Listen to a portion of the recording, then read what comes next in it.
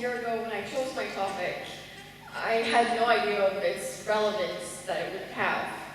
I'm sure I don't really need to name the thing I'm talking about, as it's the reason why the audience is as small as it is. But speaking of small things, children.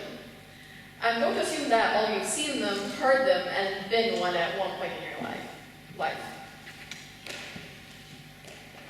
Looking back, as a child, I was different, unique, if you will. This is my first grade school picture. That's me. Don't worry, the other people had faces. I simply blurred them out with my great Photoshop skills. I was wearing a pink knitted dress with a white fluffy vest, and I loved that outfit. And I decided to show it by having the biggest smile on my face like mustard. Looking back, I do resemble a pink goblin. My peculiar sense of fashion being something I'm taking with me to this day. Though I will always encourage individuality and being different, I must admit, as a child, I felt lonely. I didn't feel like I fit in, I didn't think people liked me, and I didn't believe the people that said they liked me, or I didn't believe that they liked me as much as they said they did. This lonely feeling affected me so much that I wrote a poem about it. It goes, when I was 7, I thought I'd lived 7 years too many.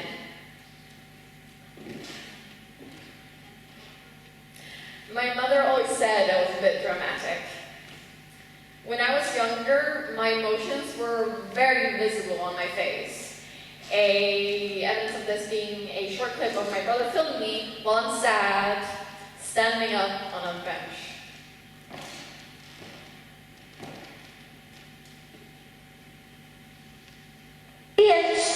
Helt om dig. Varför är du ledsen? I was about 3 in that video. Being sad, or more so feeling lonely, is something I deal with to this day. However, instead of standing on the bench, I upgraded to a stage. I am constantly tortured by this feeling in my gut, loneliness. But why? Why do I feel lonely? As a fairly curious person, I began asking questions. Why do I feel like people don't like me? Why don't I feel like I can trust my friends when they say they like me? Do others feel like I do? And as a 21st century baby and millennial, I turn to the internet for answers. According to Britannica, loneliness is a distressing experience that occurs when a person's social relationships are perceived by that person to be less in quantity and especially in quality than desired. It's important to make the difference that you don't have to be alone to feel lonely. Anything can trigger loneliness. That's why it's such a complex emotion. It's unique. Loneliness affects us all differently as it depends on our preferences. According to, and I will butcher this name, Tiwari Sarvada Chandriya, loneliness should be considered a disease, not just an event or emotional factor, because like most diseases, it has its own phenomenology, etiology, and diagnostic criteria. Some would even say that loneliness should be classified as a pestilent disease.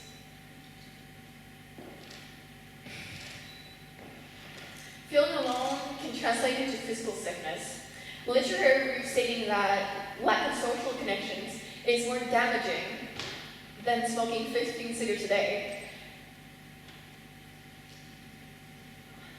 And some say deadlier than obesity.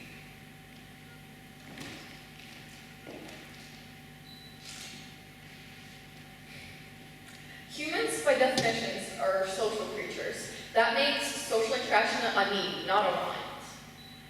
Social isolation is emotionally and physically damaging. Jennifer Wolfe stating that loneliness can lead to high blood pressure, strokes, heart disease, and depression. People don't realize our relationship has a profound effect on our physical health. According to Julian Holmes-Lundstad, lonely people have a 26% increased likelihood of early death. If you live alone, that number jumps to 32%. In Sweden, there are 4.7 million households approximately, and 1.8 million of those households are occupied by people who live alone. When I feel lonely, I turn to the internet. Either I go to YouTube and watch videos on end for hours in order to express my feelings, or I head to social media, where I try to connect with friends who live far away. An example of this being my best friend, Yusuke, who I've been best friends with since I was 7. He lives in Japan and it's a far way to walk. So. Social media has and is being blamed for this loneliness epidemic. Many studies do support this argument, like a study made by researchers in the University of Columbia on how technology affects our social relationships.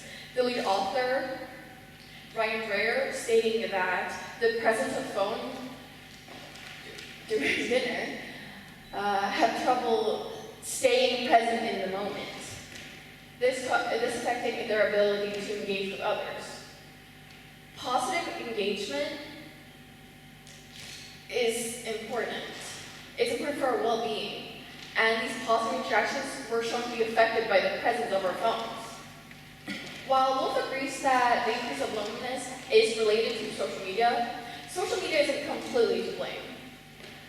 A survey showing that the loneliest people and members of our society is equally split between people who use social media and those who don't.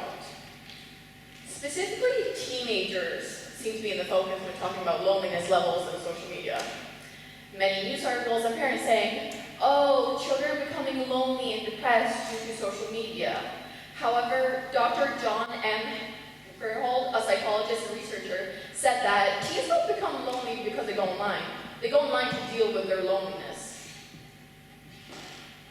So, could it be that we have a phone with us at the dinner table, not to cause more social isolation, but to distract us from the social isolation that's already there? You can't blame the tools for how it's used.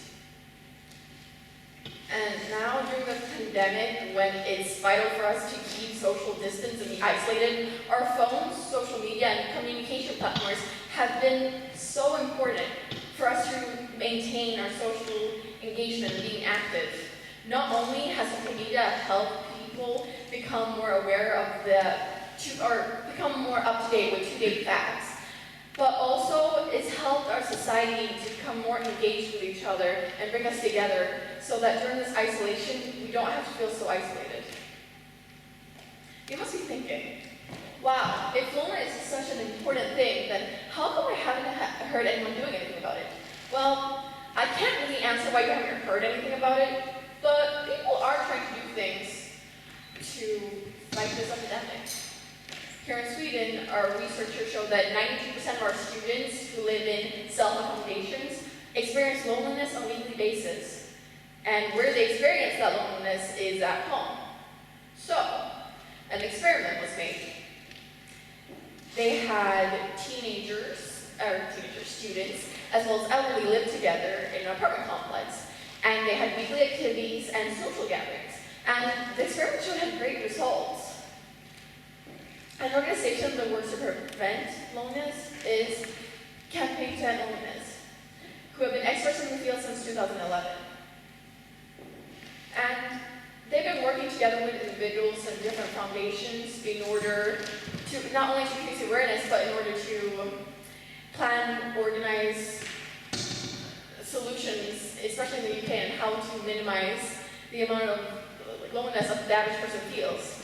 They make sure that the people most at risk of feeling lonely are supported and helped, and they believe that nobody without company should be without it. A campaign that they recently started in 2018 is Be More Us, a movement that celebrates small moments of connection, like saying hello to someone in your local shop or smiling at someone on the bus. We all need a sense of belonging, no matter who we are, how old we are, or how different we may be. Be More Us encourages you to come up with ideas on how to become more engaged with others. And if you aren't super creative, they do have a random idea thing on their website. So, for example, have you ever tried to learn Russian or scuba dive or perhaps fencing? Because, yeah. A couple years ago, I decided to try Poetry Slam on a whim.